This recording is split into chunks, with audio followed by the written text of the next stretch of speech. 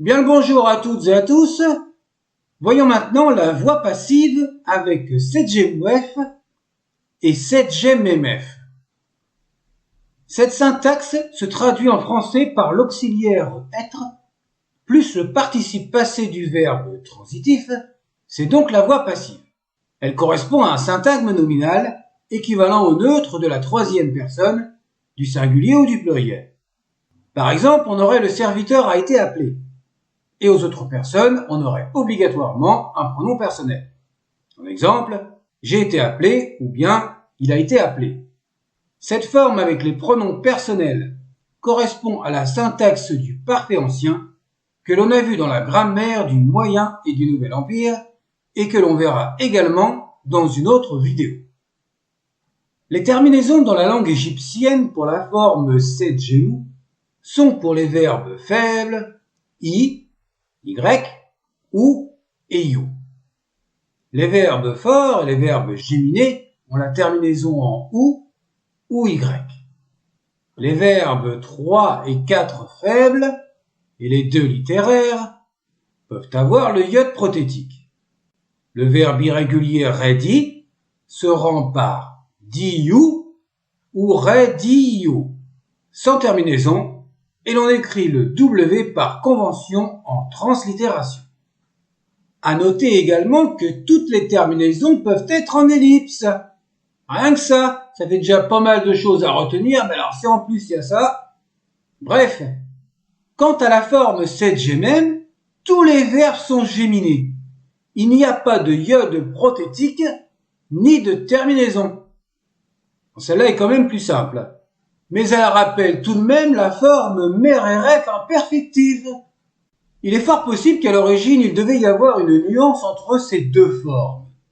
La forme 7GMM étant devenue rare par la suite, et encore plus rare dès le Moyen Empire. Notons toutefois que la forme 7GMU peut indiquer un passé ou un futur, et que la forme en 7GMM indique uniquement un futur. La négation pour ces deux formes, 7GMU et 7GMM, est notée par le lexème N avant la forme verbale.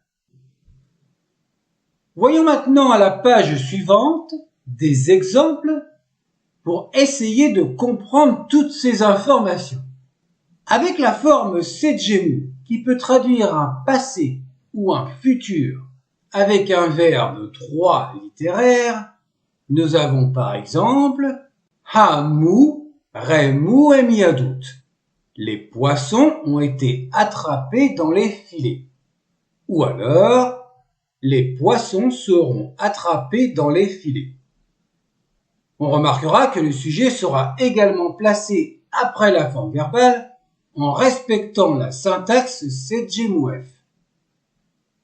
À la forme négative, traduisant également un passé ou un futur, avec un verbe 3 faible. En, iniu, rat, inbaki. La coiffure rat n'a pas été apportée par mon serviteur. Ou alors, la coiffure rat ne sera pas apportée par mon serviteur. Autre exemple avec la forme 7GMM pour traduire un futur. Huen sen retsen herupen. Leurs biens leur seront annoncés aujourd'hui. Pour rappel, l'attribution avec la préposition n sera toujours placée le plus près de la forme verbale. En sen. Et avec une négation, avec la syntaxe 7GMM, en gemem isu em herit netcher. Les tombes ne seront pas trouvées dans la nécropole. Rappelons au passage que dans cette syntaxe, tous les sujets employés avec la forme passive du verbe ne seront en aucun cas des pronoms personnels. Comme dans les vidéos précédentes, voyons d'autres emplois et quelques particularités. Numéro 1, la syntaxe peut être exprimée en valeur emphatique ou dans les phrases balancées. Ha'amu, Remu, Em Yadut, Unemusen. Si les poissons ont été attrapés dans les filets, ils seront mangés. Numéro 2. L'auxiliaire temporel wenen, employé dans cette syntaxe, exprimera un futur à la forme passive. Wenen ma'au nehen apedu em henu yun. Quelques oiseaux seront observés dans le nid. C'est dans un sens logique, puisque cet auxiliaire désigne le futur. Numéro 3. Dans une valeur circonstancielle, on peut traduire la syntaxe par « après que », après avoir été « rediuensen retsen herupen ». Après que leurs biens leur seront donnés aujourd'hui, ou leurs biens leur ayant été donnés aujourd'hui. La deuxième traduction indique que l'action a déjà été effectuée. Comme d'habitude, c'est toujours selon le contexte. Itefusnef, après que le sang a été craché. Après que le sang fut craché. Ici, nous avons simplement une concordance de temps qui pourrait être représentée selon la circonstancielle en protase. Numéro 4. La forme sedjemuef est utilisée dans les complétives avec le verbe ready, faire en sorte que, et hui, empêcher. Imihesi renemesuek, fais en sorte que tes amis soient récompensés. Rappelons au passage que la forme ini correspond à l'impératif du verbe ready. Hui demdiu sebit, j'empêcherai que les rebelles ne soient réunis.